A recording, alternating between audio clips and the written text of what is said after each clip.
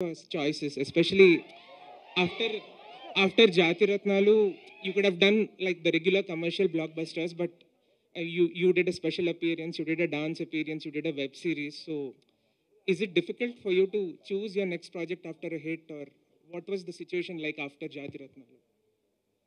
Definitely difficulty అయితే వచ్చింది because I was very new to the industry. I had no godfather, no um, role model at that point కదా.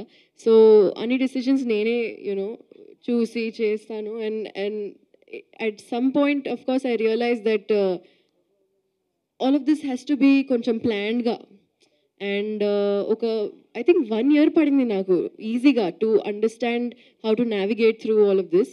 And ఇప్పుడు I think I feel like a completely new person in entering the industry again. కానీ ఎప్పుడు I didn't feel like an outsider, and that's the best part. Jathiratnalu release అయిన తర్వాత ఇమీడియట్గా నాకు own చేసేసారు అందరూ, ఇండస్ట్రీ, ఆడియన్స్ అందరూ. And I know right, and I think that was the best part about the whole thing because you all made it easier for me. Siddhi alias Faria గారు, ఇందాకలా మీరు stage ఎక్కే ముందు మీ కాళ్ళకి దెబ్బ తగిలింది అనుకున్నాను, పాపం బ్లడ్ వస్తుందేమో అని. అక్కడ చూస్తే ఒక టాటూ ఉంది.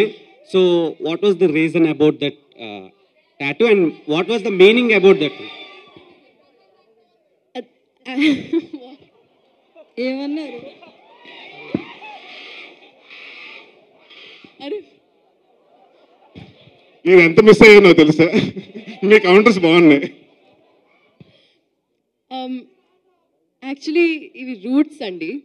బికాస్ పర్సనల్గా I believe that the stronger your roots are, the higher you can grow. And that is the reason why I got this done. I feel like grounding is very, very important, especially when you're dealing with a public life. And yeah, it's a reminder for me to be myself, to be true to my core. Thank you అండి. నరేష్ గారు ఇక్కడ. So ఇప్పుడు ఆ ఒకటి అడక్కు అంటూ eligible bachelors కోసం వస్తుంది కదా ఈ మూవీ. అయితే టాలీవుడ్లో కూడా చాలామంది ఉన్నారు. సో మన ప్రభాస్ తీసుకున్న, ఎవరిని తీసుకున్న, మొన్న వచ్చిన విషయాలు కావచ్చు, వీళ్ళంతా కూడా అందరూ అడుగుతున్న ప్రశ్న ఇంటర్వ్యూ లాస్ట్లో కానీ ఫస్ట్లో కానీ ఈ క్వశ్చన్ కంపల్సరీ ఉంటుంది. సో వాళ్ళందరూ ఈ సినిమా చూసి ఎట్లా ఫీల్ అవుతారు అనుకుంటున్నారు మీరు? అది అందరూ కాదండి, నన్ను కూడా అడిగారు పెళ్ళి అవ్వక ముందు.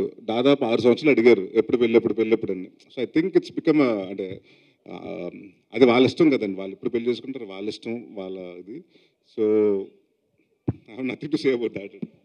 నరేష్ గారు, ఓకే, లాస్ట్ క్వశ్చన్. నరేష్ గారు, ఎస్ చెప్పండి. సో హియర్ ఆర్గానిక్ కామెడీతో like you are saying like coming back right? Organic కామెడీతో ఆర్గానిక్ కామెడీతో you are coming back right? So how I mean ఎంత కేర్ తీసుకున్నారు? And also address about music director and also cast and crew, Vennela Kishore and also Murali Sharma.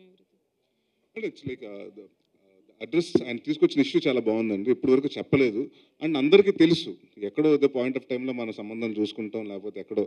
So marriage అన్న దాని మీద ఎంత మోసాలు జరుగుతున్నాయి అన్నది చాలా మందికి తెలియదు. ఈ జనరేషన్ వాళ్ళతో డిస్కస్ చేశారా మ్యారేజ్ ఇష్యూస్? అదేనండి నేను చెప్తున్నాను కదా, ఏ జనరేషన్ అయినా. మీరు ఒక పెళ్లికాన్ ప్రసాద్ అని అప్పుడు వెంకటేష్ గారు చేశారు, దాని తర్వాత మొన్న ఈ మధ్యకాలంలో విశ్వక్సేన్ చేశారు, అశోక్ కళ్యాణం అని. సో డెఫినెట్గా ఎప్పుడు ఎన్ని డెకేడ్స్ మారినా ఆ ప్రాబ్లం మాత్రం మారట్లేదు. పెళ్ళి ఎప్పుడు అని అడిగే వాళ్ళు మారట్లేదు.